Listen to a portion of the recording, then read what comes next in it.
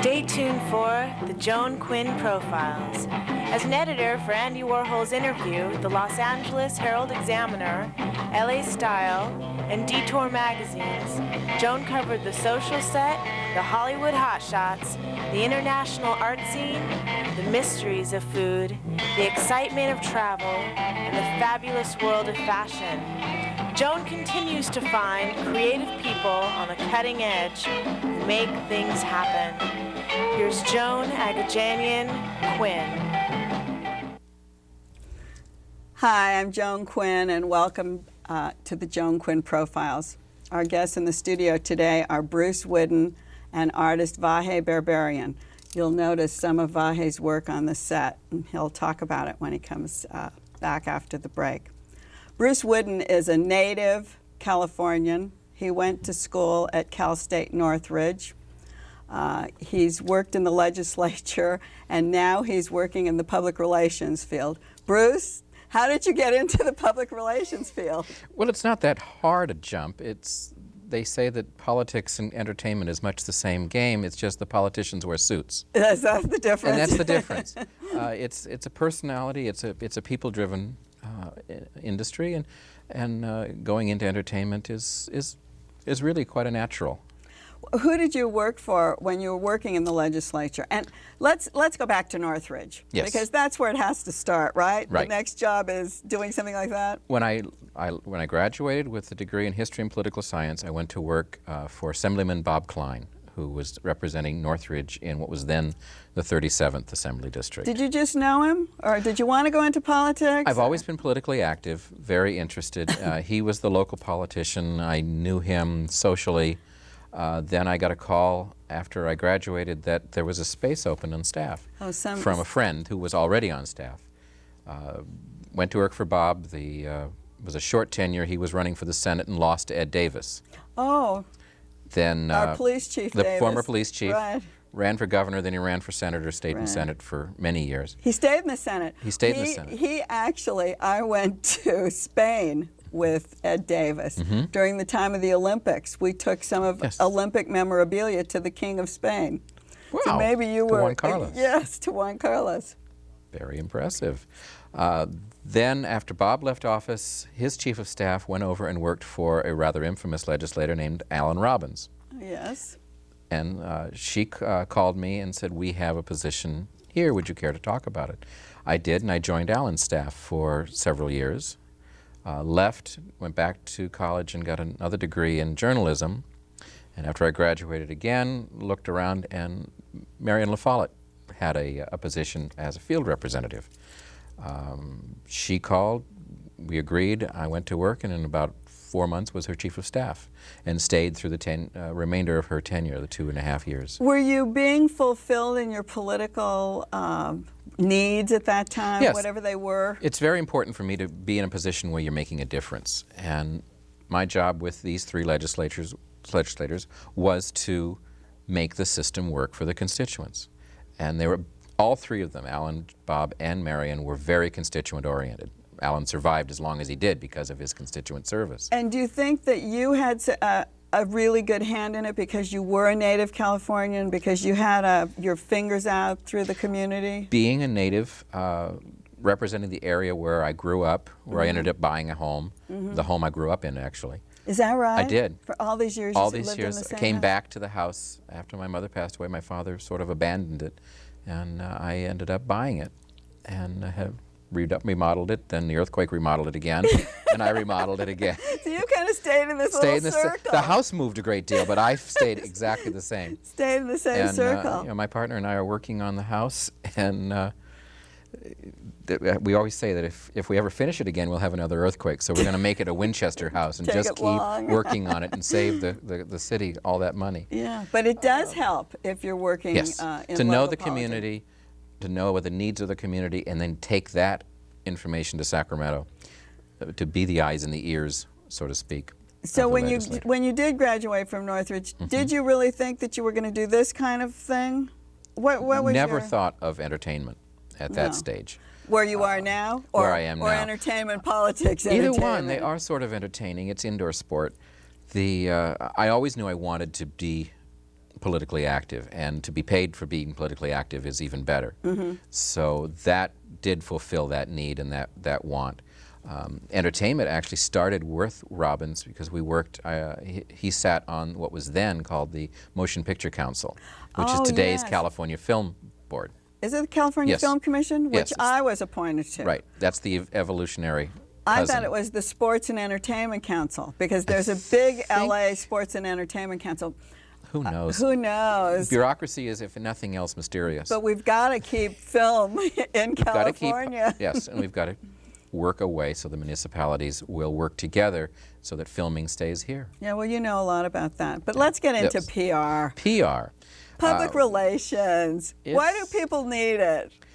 Well, because especially in Los Angeles or a market like this, you need someone or an organization to make you more prominent in the eyes of the public through the media, for what you're doing, be it a show or an individual or a book or a restaurant.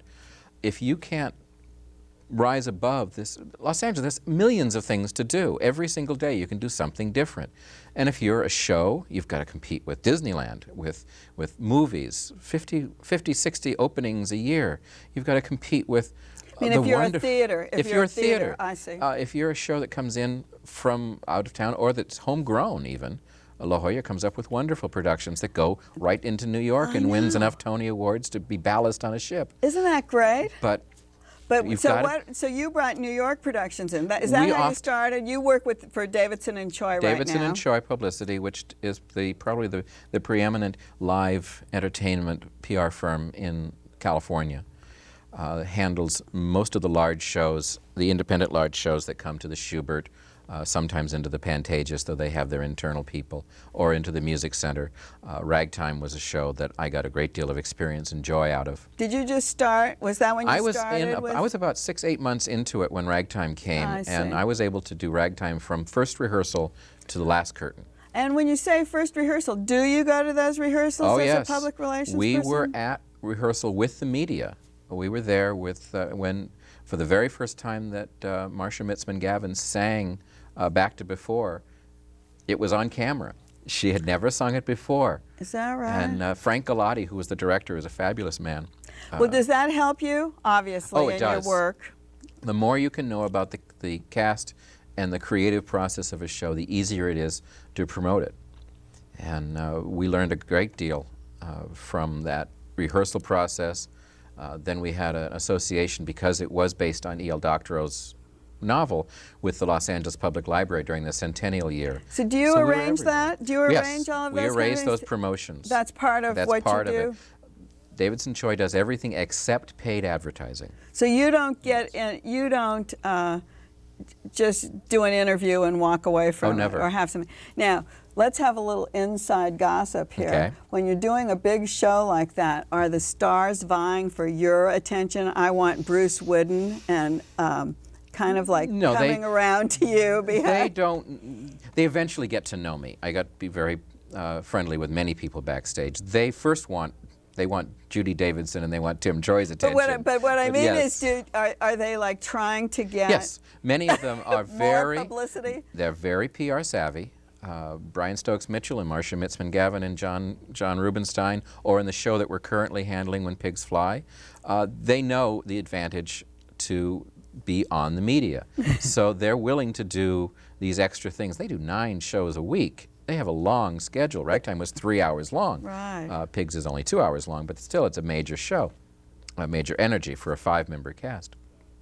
So yes, they do know that they need to do the PR, they need to be accessible, they need to know who is doing it, and that they have to trust us, that we have their best advantage. We want to keep the show open. And what about PR people who are a little bit lazy and they think they've already done the opening and they're probably contracted? I don't know how long a contract lasts, maybe just for an opening. Sometimes it's just for an opening and then you walk away. Most of the time it's for the run of the show. And then what if, just because it's at the run of the show, and you go, well, we've already gotten them reams of things, they've been in papers, on TV, we don't have to worry about them anymore. That agency's not in business very long. That's the kind of agency. Because does word get around that that's happened? This is a very small town. If you're your cast is professional and your publicist is professional. And if you open, if all you're there is to collect the fee, you're not there very long. And Davidson Choi has been around since 1971. Right. So- We've done very well with them. And also Judy Davidson is in the Blue Ribbon 400, which is a support group for the Music Center. And Yes. I've been in that group with her, and Hollywood Women's Press Club. I mean, she's very Yes, active in the she's community. very active. Tim, in his part, is very active in theater. He's well known in New York.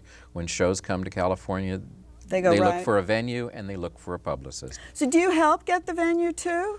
I mean, would Tim a will often, publicist? the partners of the firm make But what I mean, recommendations. would- Yes, would they a make PR recommendations. firm- Oh, yes.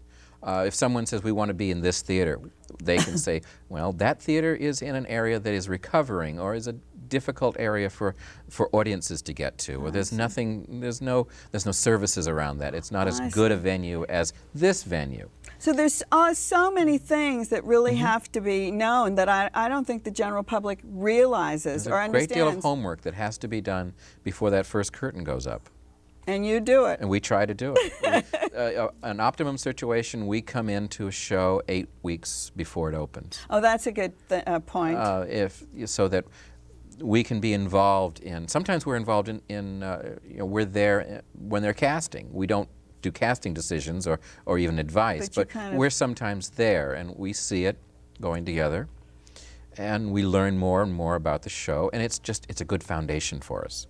It's great. I'm so glad you came to be a guest today I'm because so happy you asked. you really opened a lot of doors. I don't think the general public is aware of what goes on. I thought it was just getting something in the media and that was it. Nope. So thanks a lot, Bruce Whidden. Thank you so much. And thank you for watching, Bruce. And don't go away because Vahe Berberian will be on to tell you about some of the art on the set. We'll be right back.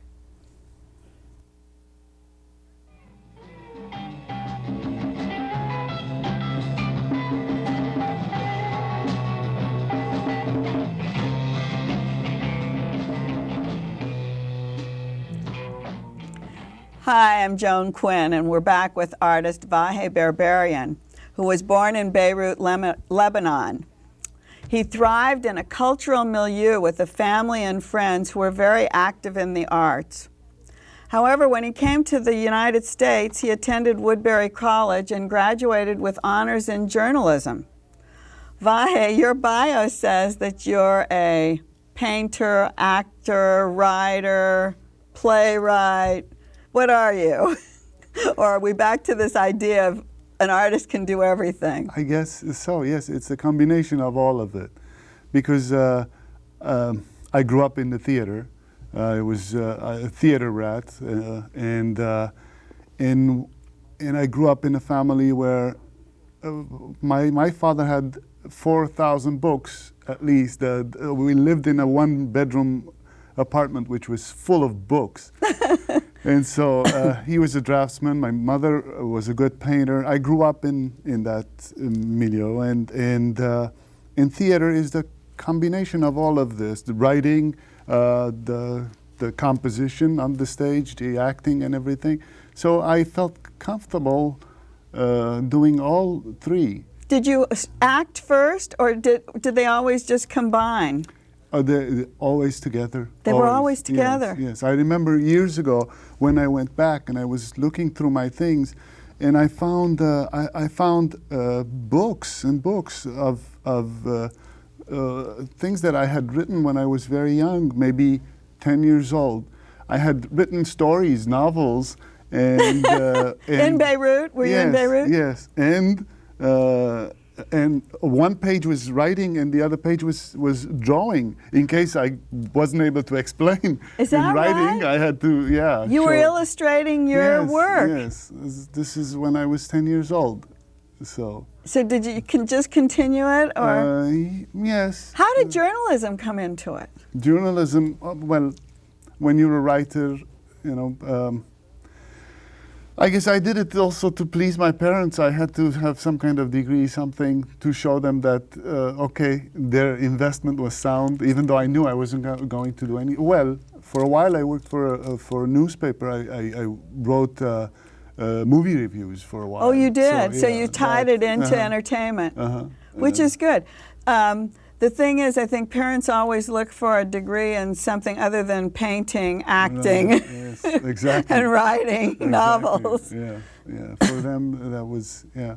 But I have to say, especially, both my parents, but my mother especially, was always supportive. Always, always. She was the one. Well, she was the painter, though. Yes, yes.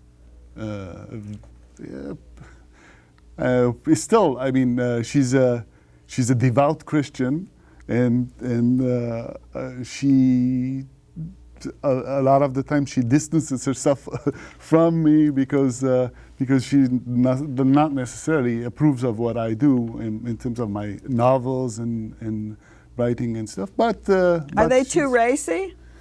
No. Is it the philosophy?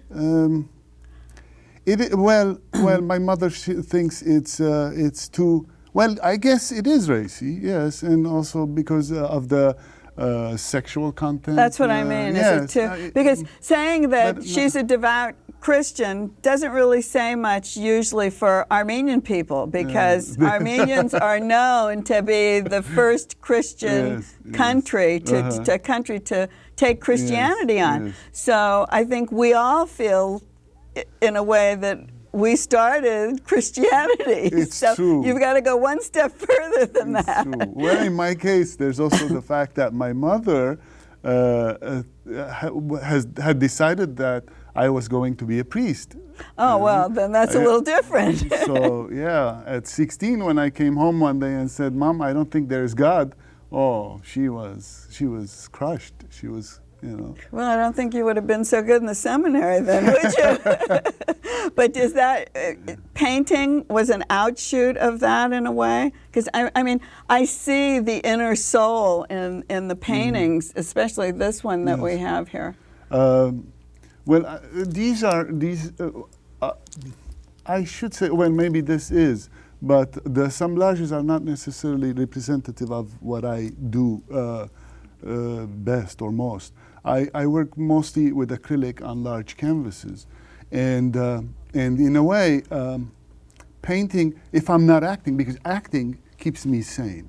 Because Really? it's physical. It's physical. That's, But on the stage or in movies or where? on the stage, on the stage. I love it, but the problem is that it can't be a decent outlet for an artist, because you're saying somebody else's lines and you're in a different character. So but I think that what translates your innermost emotions the best is the painting, which is almost, in my case, it's like poetry. So Do you write? Well, you write on your paintings, which is interesting. I do, yes. I doodle, and sometimes I write things that I don't know what they necessarily are. I have no idea sometimes. Oh, you do? But Yeah. it's like a... Yeah, sometimes they're just symbols. Other times they're there as forms. I use letters as forms also. Yes. Talk about the first day. I don't know if the first day means anything, if you're just saying that sometimes the words are just symbols. I don't necessarily remember this, the context of this painting, but I can tell you this was painted at a time where I had just come out of a major surgery. I had an episode, I had cancer, and for a while I was having surgery, one surgery after another, and I was stuck in bed for a long time, and this was a time where I did a lot of work related to water and very primitive stuff, like animals and water, a lot of water. For some reason, this had something to do with the flood. I don't know what it is. But it was something yes. coming out of you, Yes, obviously. Yes, And then you paint on canvas. You also use found objects. Yes, yes. And I guess this addresses that, this piece. I have a hard time throwing away things. So do I. I hate waste. I cannot, I can't throw away anything.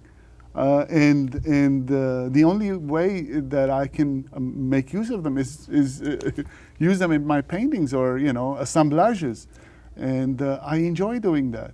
When you put together an assemblage, do you go out and look for things as well, or just what you have in your house? What I have is enough, more than enough. Is that right? So you don't have to scout the streets? No. But my eyes always scan the streets, if I find something. Strangely enough, all my friends, my relatives, my parents, anybody who finds anything that's remotely interesting, they all bring it to me. Oh, they do? So yeah. you're the collecting part. They collect for you. So you have Here, maybe you can use this. the depository there. Exactly. But talking about being Armenian, do you think of yourself as an Armenian painter? No.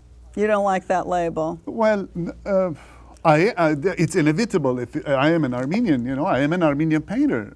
That's it. But people always look for the Armenianness somehow in my paintings, and I don't think there is anything that is Armenian, because if you are an Armenian, your paintings are Armenian. I mean, it's like who you are. Yeah, but you don't have to say the Armenian painter Vahe. Yes. Just Vahe. I grew up in Beirut. I lived in Beirut. I lived in Europe. I lived in Cyprus, Canada, Paris, LA. So it's the combination of all of this. However, I believe that, I've said this many times. I think painting is like, it's not a pretty picture, but it's like throwing up. You eat and you drink from here and there, and at one point you start feeling not so good, and you have to throw up. You have to throw up in order to make room. In order to find yourself, And when you do that, so that's coming on the canvas. canvas. Everything that's inside you comes out, and you can't lie. You can't lie. There's no lying about it. That's true. Whatever you have eaten is out there. Exactly. Whatever went in came out. Your political affiliations, your beliefs as a human being, your morals, your ethics, everything is out there. And if you're an Armenian, the Armenianness is there. But if it doesn't say Armenian across it, and I know some of your paintings do because you have Armenian letters in them. The letters, yes. Obviously. Does the Armenian community support you as an artist? Yes. They do. They've embraced you as. Yes. I have had no problem with the support. I see. Really. So you're in major collections of. Yes. I know you have shows all across the world. I mean, in Europe and, as you say, in the Middle East. And how do you get those kind of shows? Well, I have also the fact that I have written most of my life, and I have a following that comes from my writing. My plays have been performed everywhere, and I have a good following in Paris. I have people who represent me there, and I have some collectors like Sonia Reichel, for example, who really loves my work. So it's just because, did you live there? Did you live in Paris? Yes, so that's the connections around the world. And I always go back and forth, and for a while, my wife used to work for Air France, so it was... it was great going back and forth. Yeah, that's great. But are your shows written in English or Armenian? My novels are written in Armenian. My plays, some of them have been translated. My scripts are all in English. Oh, they are? Yes. So are those new? Is that why they're in English? Are they newer? No. See, I've realized something. When I'm working on a novel, I realize that language has its own memory. There are certain things that you remember only because of a certain language. And so also, with a word comes a lot of baggage. Well, there's your story. Then your story gets started because of certain language, I guess. The story is that what you're saying? The story is in, say, Arabic, or it's in French? It's, yes. There are a lot of things that you remember only because of a specific word. Right. and words come with associations. And it's, That's a very interesting point, because then you can write in all of those languages. Yes, yes. Now, when I write, because the scripts are mostly, they happen here from my immediate surrounding, Right. they're in English. You know? I see.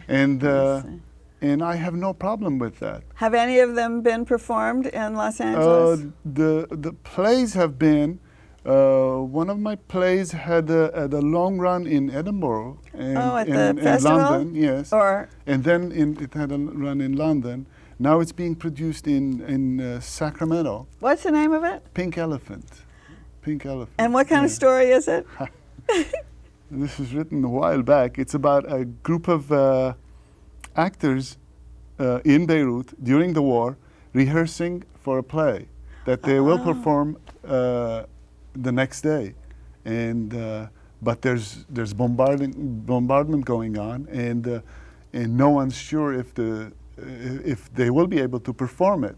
So it's a very tense situation, and it's about the conflict between the absurdity of life and art.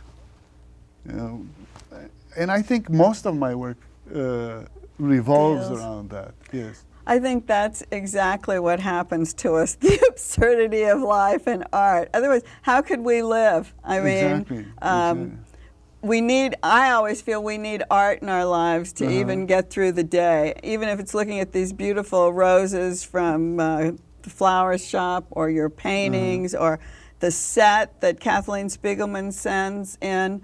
Everything around us has to have some kind of beauty. Of course. And you're here helping us make the beauty. Well, you know, I've realized that the only thing that can keep you going is never ask why, never ask questions. Really. Just do it. Because the moment you start asking questions, the moment you start asking, why should I do this? Because once you've realized that absurdity, you know, once you've dealt with that absurdity, then everything becomes so futile, you know.